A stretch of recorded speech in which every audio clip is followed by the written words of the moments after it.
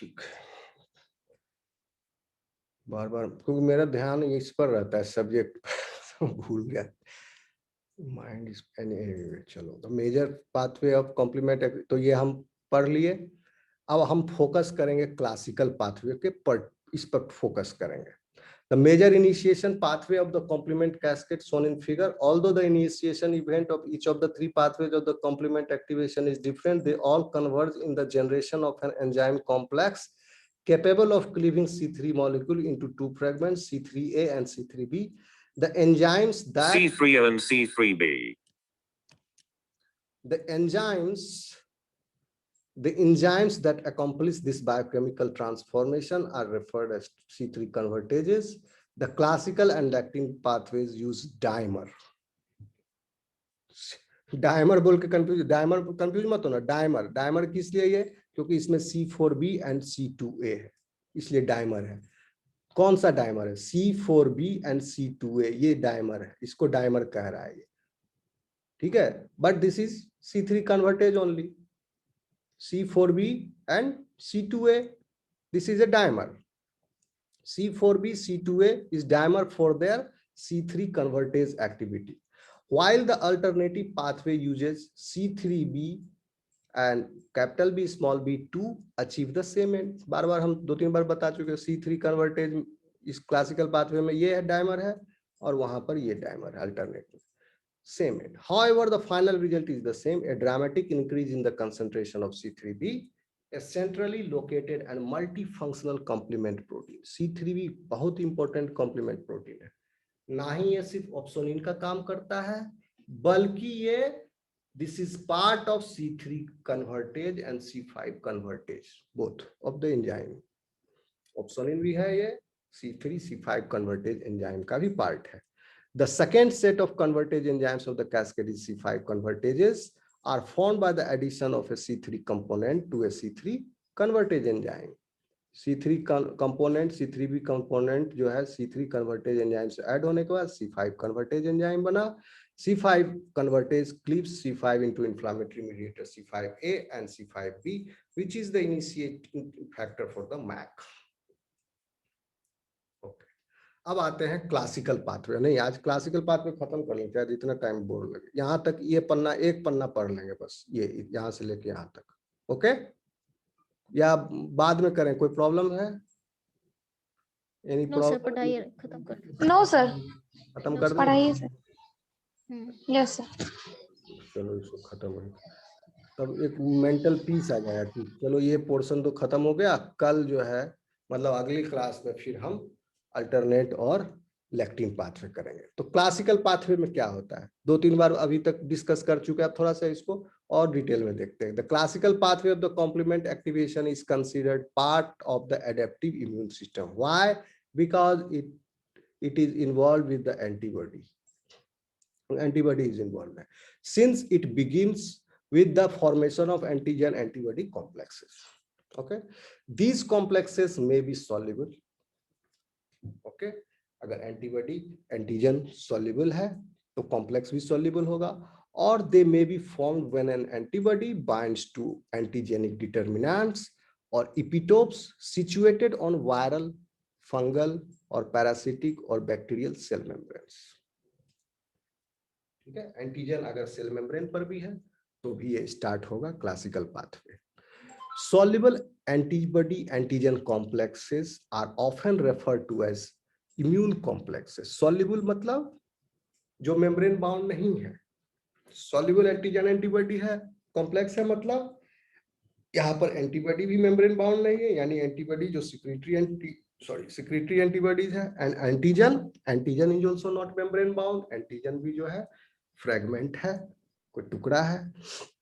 तो इस कंडीशन में soluble जब है antigen antibody complexes are often referred to as immune complex, and only complexes formed by IgM or retained subclasses of IgG antibodies are capable of activating classical complement pathway. तो soluble कहने का मतलब है कि soluble immune complex भी जो है classical immune pathway को, as well as membrane bound immune complex is also capable of activating or initiating classical pathway. Complement pathway. लेकिन यहाँ पर आप देखिए दो तरह का एंटीबॉडी का जिक्र है, आईजीएम एंड आईजीजी। बस एक आप लोग ये ध्यान रख लीजिए कि आईजीएम चूंकि पेंटावैलेंट होता है तो आईजीएम का बाइंडिंग जो है क्लासिकल पाथवे को शुरू करने में आईजीएम जो है काफी मतलब एफिशिएंट होता है, आईजीएम टाइप का एंटीबॉडी। और आईजीजी उतना एफिशिएंट नहीं होता है गामा ग्लोबुलिन। तो आगे हम बताएंगे कैसे होता है। Are capable of activating the classical component complement pathway, क्योंकि इसमें जो है बाइंडिंग साइट क्योंकि पेंटावैलेंट है तो इस आपको हम बताएं एफसी रीजन जो बाइंड करता है, यहाँ पर जो फोटो में दिखाया ये आईजीजी है, तो यहाँ पर एक ही बाइंडिंग साइट है, इसीलिए दो एंटीबॉडी दिखाया है यहाँ पर। इसका भी एक कारण है, इसके भी एक पीछे राज है। राज ये है कि अगर सिंगल आईजीजी होता तो वहां पर सिंगल बाइंडिंग साइट होता है एफसी पोर्शन में जो कि C1Q के साथ बाइंड करेगा, and single binding is not stable. कम से कम दो बाइंडिंग होना चाहिए। बहुत सारा C1Q हेड है यहाँ पर बाइंडिंग करने के लिए। सपोज करो कि ये एक तरह से प्रोब है, चिपक रहा है एंटीबॉडी को, कैच कर रहा है, क्लैस्प कर रहा है। ओके, तो ये क्लैस्प कर रहा है, इसको पकड़ रहा है। तो अगर एक के साथ रहता जो कि आईजीजी एंटीबॉडी क्लास रहता तो सिर्फ एक का बाइंडिंग यहाँ प्रेजेंट रहता, तो वो उतना, इसीलिए कम से कम दो एंटीबॉडी नियर विसिनिटी में चाहिए ताकि एक इसके साथ बाइंड, दोनों अटैच्ड हो, एक इसके साथ बाइंड हो, एक दूसरे के साथ बाइंड हो, कि ताकि कम से कम दो इसको अटैचमेंट साइट मिल सके, तब इनिशिएशन होगा। ओके, तो ये आईजीजी क्लास ऑफ इम्यूनोग्लोबिन के साथ प्रॉब्लम है। बट आईजीएम जब आ जाता है तो ये पेंटावैलेंट होता है, तो इस पेंटावैलेंट होने की वजह से आईजीएम जब एंटीजन के साथ बाउंड फॉर्म में होता है तो उसका स्ट्रक्चर थोड़ा दूसरे तरह का होता है, स्टेपल फॉर्म।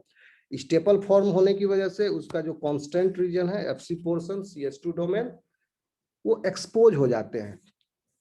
ठीक है, पेंटावैलेंट है तो 5 रीजन है उसमें CS2 डोमेन, तो 5 रीजन में से 3 एक्सपोज हो जाते हैं, ऊपर की तरफ आ जाते हैं, जिससे जो है C1Q जो है उसको बाइंडिंग, ये जो है C1Q का जो ग्लोबुलर हेड है इसको अटैचमेंट साइट मिल जाता है 3। तो वहां तो आईजीएम जो है काफी इफिशिएंटली कॉम्प्लीमेंट पाथवे को एक्टिवेट कर देता है IgM.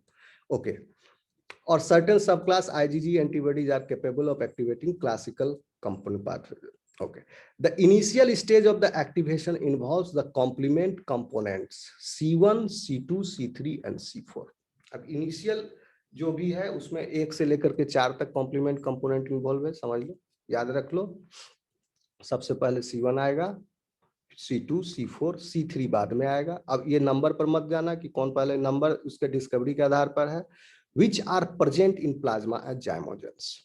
The formation of an antigen-antibody complex induces conformational change in non-antigen binding site, यानी FC portion of the antibody molecule. Antigen antibody का जब बाइंडिंग होता है, ठीक है, ये जब बाइंडिंग हुआ, किसका बाइंडिंग हुआ, एंटीजन, ये एंटीजन है और ये एंटीबॉडी है, बाइंडिंग यहां पर हो रहा है, but the conformational change happen in this region FC portion.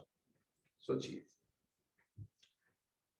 Unbound antibody के साथ C1Q बाइंड नहीं करेगा, अगर फ्री एंटीबॉडी है तो उसके साथ बाइंड नहीं करेगा। जब एंटीबॉडी एंटीजन के साथ बाइंड किया हुआ है, then only, and because of this interaction conformational change occurs in the FC portion CS2 domain in the antibody, and because of that conformational 3-dimensional change the site is exposed for the binding, the site which is responsible for the binding with the C1Q is exposed, and this site is exposed only after when the antigen antibody complex has been formed. And this conformational change exposes a binding site for the C1 component of the complement. Antigen antibody binding होने से एक binding site जो है C1Q के वो expose हो गया, जो अभी बताया आपको। इन serum C1 exists as a macromolecular complex consists of 1 molecule of C1Q and 2 molecules each of serine proteases C1R, C1S, held together in a calcium ion dependent stabilized complex C1QR2S2। Figure देखिए, कहने का मतलब है C1 जो होता है, C1 का structure exist करता है, इसमें है C1Q, one molecule of C1Q and two molecules each of serine proteases C1R. C1R, दो ठो C1R है, S है, इधर भी R है, इधर भी S है, 2R 2S, that is why it is called as C1R2S2. और ये स्टेबलाइज्ड होता है C1R2S2 कैल्शियम आयन की वजह से, एंड दिस C1, अब ये तो स्ट्रक्चर हो गया, अब आप समझ लीजिए C1 का स्ट्रक्चर क्या है, C1Q है, C1R2 है, C1RS2 है, C1R है, C1S है, R दो गो है, S भी दो ठो है, एक C1Q है, ये सब का एक कॉम्प्लेक्स है जो कि एक C1 कॉम्प्लेक्स, पूरा ये C1 कॉम्प्लेक्स है। द C1Q मॉलिक्यूल इटसेल्फ, अब C1Q के अंदर भी जो मॉलिक्यूल है, द C1Q मॉलिक्यूल जो है is itself composed of 18 polypeptide chains. Okay, इसके अंदर खुद 18 अलग अलग तरह का प्रोटीन है, पॉलीपेप्टाइड चेन है, and these 18 polypeptide chains that associate to form 6 collagen like triple helical arms. अब 18, अब आपको दिखेगा कि यहाँ छह यहाँ पर हेड है ना, 6 हेड, 1 2 3 4 5 6, 6 हेड है, 6 स्टिक है, ये 6 स्टिक है, एक स्टिक के अंदर ट्रिपल कोलेजन हेलिक्स है हर स्टिक के अंदर, तो टोटल 18 पॉलीपेप्टाइड चेन हो गया, एक के अंदर 3 चेन है, 6 है टोटल, 6 या 18। देखिए एक जो C1Q आर्म है उसके अंदर ट्रिपल हेलिक्स है, 1 2 एंड 3, 3 तरह का इसके अंदर पॉलीपेप्टाइड चेन है। Okay, so now they are 6, so 18।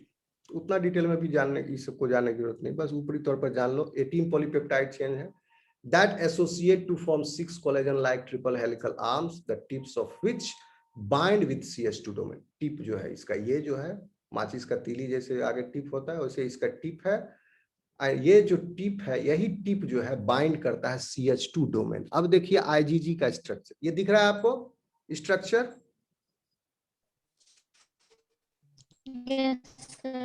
Yes sir। ये इम्यूनोग्लोबिन जी का स्ट्रक्चर है, IgG। Yes sir, दिख रहा है। IgG का स्ट्रक्चर अब आप यहाँ देख सकते हैं, this is FC portion. FC क्यों बोले, क्योंकि ये कांस्टेंट पोर्शन है, जो आपको हम बताया कि एंटीबॉडी में जो डाइवर्सिटी जीन रीअरेंजमेंट के द्वारा जो होता है डाइवर्सिटी, तो वो सब जीन रीअरेंजमेंट से इस स्ट्रक्चर, इस पोर्शन में चेंजेस आते हैं, डाइवर्सिटी होता है। एंटीबॉडी का specificity is because of this antigen binding site, यहाँ पर डाइवर्सिटी की वजह से। बट यहाँ का लोअर आर्म, ये नीचे वाला पोर्शन जो कांस्टेंट पोर्शन है, इसका सीक्वेंस हर एंटीबॉडी का कांस्टेंट है, इसमें CH2 डोमेन है, देख रहे हैं यहाँ CH2 डोमेन, नीचे में CH3 डोमेन है। इसी CH2 डोमेन से ये वाला हेड जो है बाइंड करता है, this head binds with year this CH2 domain. तो यहाँ पर आपका क्या हुआ, आफ्टर एंटीजन बाइंडिंग, एंटीजन कहां से बाइंड हुआ, antigen binding site, antigen binding site यहाँ पर है, यहाँ पर एंटीजन बाइंड हुआ। Okay, this is also antigen binding site, यहाँ एंटीजन बाइंड हुआ, यहाँ पर एंटीजन बाइंडिंग होने की वजह से चेंजेज आ गया यहाँ पर, इस पूरे नहीं, यहाँ पर नहीं, यहाँ पर एंटीजन बाइंडिंग होने की वजह से पूरा इसका 3 डायमेंशनल चेंज आया एंटीबॉडी में, और उस चेंज आने की वजह से this CH2 domain which was buried in the molecule, बड़ा मॉलिक्यूल है इम्यूनोग्लोबिन, उसके अंदर था CH2 डोमेन, वो बाहर आ जाता है, एक्सपोज हो जाता है इसके सरफेस पर, प्रोटीन मॉलिक्यूल इसके ऊपर आ गया। अब ऊपर आने की वजह से इसका एफिनिटी इसके ग्लोबुलर हेड के साथ पहले से ही है, ठीक है, तो ये इसको बाइंड कर जाता है कोवैलेंटली। तो ये ये है IgG, लेकिन इसमें एक ही CH2 डोमेन है। ये फिगर देखिए, यहाँ पर IgM है, ये फिगर दिख रहा है ब्लैक वाला, Yes sir। ब्लैक वाला ये Yes sir, IgM दिख रहा है। पेंटावैलेंट होता है, पेंटावैलेंट होता है ये, एंड ये वाला जो हाँ सर है। फर्स्ट वाला जो है ये अनबाउंड स्टेट है, ये इस समय एंटीजन बाइंड नहीं किया हुआ है, और एंटीजन जब बाइंड करेगा तो इस तरह का शेप ले लेता है, ये स्टेपल फॉर्म है आईजीएम का। तो आईजीएम स्टेपल फॉर्म में लेने की वजह से 3 ठो इसका एक्सपोज हो जाता है CH2 डोमेन, 5 में से 3 एक्सपोज हो जाते हैं, जिससे फिर ये ग्लोबुलर हेड बाइंड करता है। तो आईजीएम का एक ही मॉलिक्यूल जो है सफिशिएंट है कॉम्प्लीमेंट पाथवे को एक्टिवेट कराने के लिए, but one molecule of IgG is not sufficient to elicit the complement to start the complement system IgG का, क्योंकि एक ही CH2 डोमेन है। ये बात समझ में आ गया, ये कंसेप्ट इंपॉर्टेंट है, समझ लो, आगे काम आएगा इम्यूनोलॉजी में। ईच, अब देखिए ईच C1 मैक्रोमोलिकुलर कॉम्प्लेक्स, ये जो C1 मैक्रोमोलिकुलर कॉम्प्लेक्स है इतना पूरा, ओके, ये जो डार्क ग्रीन है ये नहीं, कुछ लोग लगता है बोर होके चले गए हैं। सर ये आईजी जीन वाला नहीं समझ में आया। जनसंख्या घट गई, कौन कौन चले गए, एक सेकंड देख रहे तो। स्नेहा है, दीपा है, पूजा है, सुंदर, अनामिका चली गई यार। अच्छा हाँ, क्या समझ में नहीं आया बताओ, क्या समझ में सर नहीं ये आया? आईजी जीन वाला आईजीजी जो इसका है डायग्राम, हाँ ये क्लियर नहीं हुआ सर। ये पूरा स्ट्रक्चर, हम आपको एक अलग इसका चैप्टर होगा, यहाँ पर हम सिर्फ यहाँ पर रेफरेंस आया क्योंकि बाइंडिंग साइट कहाँ पर, इसलिए हम फोटो दिखाया। इसका स्ट्रक्चर हाँ हम सर है। सेपरेट क्लास में पढ़ाएंगे अलग से, ठीक है। बस आप जान लीजिए कि CH2 डोमेन कहाँ पर होता है, FC पोर्शन कहाँ होता है, फैब पोर्शन कहाँ होता है, लाइट चेन कौन सा है, हैवी चेन कौन सा है, ये इस फिगर को देखने से आपको पता चल जाएगा। एंटीजन बाइंडिंग साइट कहाँ पर होता है, एमिनो टर्मिनस कहाँ पर है, ये कार्बोक्सी टर्मिनस है। This is heavy chain, blue वाला हैवी चेन है, रेड वाला लाइट चेन है, ठीक है। रेड वाला लाइट चेन के भी ऊपर में वेरिएबल रीजन है, हैवी चेन के भी अमीनो टर्मिनस पर वेरिएबल रीजन है जो कि V से डिनोट होता है। ये इसी रीजन में अमीनो एसिड का सीक्वेंस डिफरेंट होने की वजह से स्ट्रक्चर डिफरेंट है, और यही रीजन जो है एपिटोप को डिटेक्ट करता है, ओके। स्पेसिफिसिटी इस रीजन की वजह से। नीचे में कांस्टेंट पोर्शन है CH2 domain, and this CH2 domain when it is exposed, okay, when it is exposed, जब एंटीजन बाइंड कर जाएगा एंटीबॉडी से तब CH2 डोमेन एक्सपोज होता है। तब सिर्फ CH2 डोमेन एक्सपोज होता है तब उसको मिल जाता है ये ग्लोबुलर हेड बाइंड करने के लिए। जब ग्लोबुलर हेड यहाँ से बाइंड कर जाएगा तो कॉम्प्लीमेंट कैस्केड स्टार्ट हो जाएगा। लेकिन IgG के साथ प्रॉब्लम क्या है कि उसमें एक ही CH2 डोमेन एक्सपोज हो पाता है, जिसकी वजह से अकेले एक IgG molecule can not start the complement pathway, classical pathway, okay, but IgM काफी पोटेंट है, इसमें 3 साइट है बाइंडिंग का, इसलिए इसमें ज्यादा स्टार्ट होता है। आगे कहीं लिखा हुआ भी होगा। इच C1 मैक्रोमोलिकुलर कॉम्प्लेक्स, समझ में आया सुगंधा? Yes sir. पेंटावेलेंट है IgM, अनबाउंड स्टेट में इट इज पेंटावेलेंट, और बाउंड जब कर गया एंटीजन के साथ it acquires a staple structure like this and 3 C1q binding sites are exposed. So C1 macromolecular complex must bind with its C1q globular heads to at least 2 FC sites. देखिए यही बात हम बार बार बोल रहे हैं, अभी जो आप कहें नहीं समझ में आया, आगे लिखा हुआ है each C1 macromolecular complex must bind by its C1q globular heads। ये C1q globular head है, इस हेड के साथ जरूर बाइंड होना चाहिए कम से कम 2 at least 2 FC sites। यहाँ पर एक FC साइट था, 2 FC sites for a stable, किस लिए? For a stable C1 antibody interaction to occur. Now circulating non antigen bound IgM adopts a planar configuration। जब एंटीजन से बाउंड नहीं होता है IgM तो ये प्लानर कॉन्फ़िगरेशन है, pentavalent planar configuration in which C1q binding sites are not exposed। इसमें तो चूंकि सर ये जब बाइंड हो जाता है तो क्या इसका पेंटावेलेंट कॉन्फ़िगरेशन चेंज हो जाता है? पेंटावेलेंट इसका स्ट्रक्चर है, ओके, बट द कॉन्फ़िगर, हम थोड़ा सा term, thanks for correcting me, configuration अलग है। Okay, configuration is planar. Why it is planar? क्योंकि all 5 heads are in one plane. So configuration is planar. अब यहाँ पर देखिए configuration जो है planar नहीं हुआ, disturb हो गया. So this is called as stepper. तो configuration is planar, एक plane में है, सारे binding sites इसके, and okay, CH2 domains are in one plane. So it is called as planar configuration. कब प्लानर कन्फिगरेशन में? जब एंटीजन से ये बाइंड नहीं है, तब फ्री फॉर्म में है जब एंटीबॉडी तब। तो जब फ्री फॉर्म में है, एंटीजन बाइंड नहीं किया हुआ है, प्लानर कन्फिगरेशन में है, तो उस समय C1q binding sites are not exposed.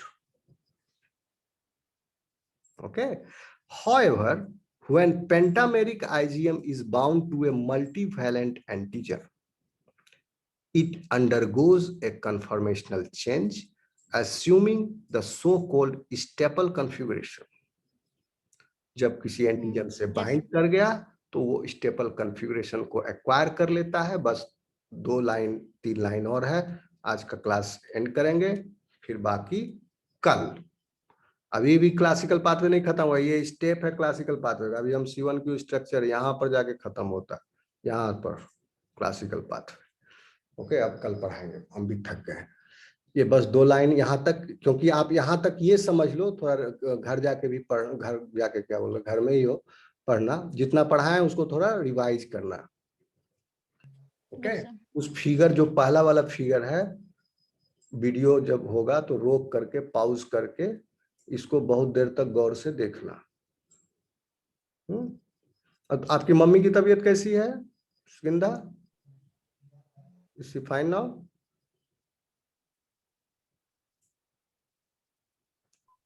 Yes, sir. Okay. In which at least 3 binding sites for CQ are exposed. Thus, an IgM molecule engaged in an antibody antigen complex can bind C1q, whereas circulating non-antigen bound IgM cannot. Yani non-antigen bound IgM cannot start classical pathway. ये सवाल आया था मेरे interview में, पूछा था। In contrast to pentameric IgM, ठीक है, पेंटामेरिक IgM है। IgG कैसा था? ये IgG क्या है? ये पेंटामेरिक नहीं है, मोनोमेरिक है। Monomeric IgG contains only one C1q binding site per molecule, okay, and the conformational change, हाँ एक चीज और, इसमें कोई खास कन्फॉर्मेशनल चेंज नहीं होता IgG में। CH2 बाइंडिंग, CH2 डोमेन के साथ C1q का बाइंडिंग होने के बाद कन्फॉर्मेशनल चेंज सिर्फ पेंटा में है, ये IgM में होता है। ओके, एंटीजन सॉरी ये गलत, एंटीजन के बाइंडिंग होने के बाद IgM का कॉन्फ़िगरेशन जो है चेंज हो जाता है, लेकिन IgG का कॉन्फ़िगरेशन जो है उतना चेंज नहीं होता, बहुत ही नाम मात्र का चेंज होता है। After binding, sir. After binding with the antigen, not with the C1q. Binding with the पहले एंटीजन से बाइंडिंग होगा, तब ना C1q आएगा बाद में। ओके, एंटीजन एंटीबॉडी कॉम्प्लेक्स से ही C1q बाइंड करता है। अकेला एंटीबॉडी पड़ा रहेगा तो उससे बाइंड नहीं करेगा, नहीं तो गड़बड़ हो जाएगी। एंटीजन एंटीबॉडी कॉम्प्लेक्स से ही बाइंड करेगा।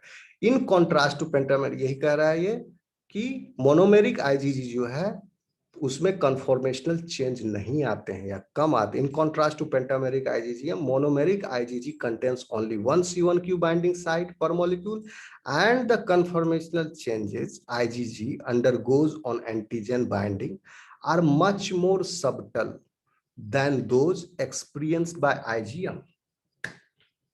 कन्फॉर्मेशनल चेंज इस केस में बहुत ही नाम मात्र का है in comparison with IgM, antigen binding के बाद। So there is therefore a striking difference in the efficiency with which IgM and IgG are able to activate complement. तो दोनों की एफिशिएंसी में चेंज है।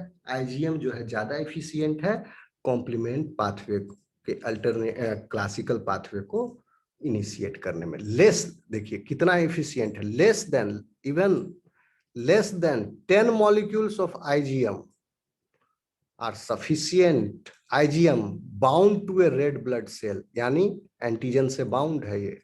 IgM bound to an antigen, red blood cell भूल जाओ. IgM bound to an antigen can activate the classical component pathway, even at 10 molecules, and induce lysis. Whereas some 1000 molecules of cell-bound IgG are required to ensure the same result because of the difference in their binding sites, available binding site with C globular head of C1q. IgM में 3 है, इसमें 1 है. 1 है, 3 है तो 10 ही लगा, 1 है तो 1000 लग गया. हर बार 10 गुना बढ़ते गया उसका मैग्नीट्यूड. 10 गुना 10 गुना 10, हर बाइंडिंग के साथ 10 गुना बढ़ा तो 1000 हो गया.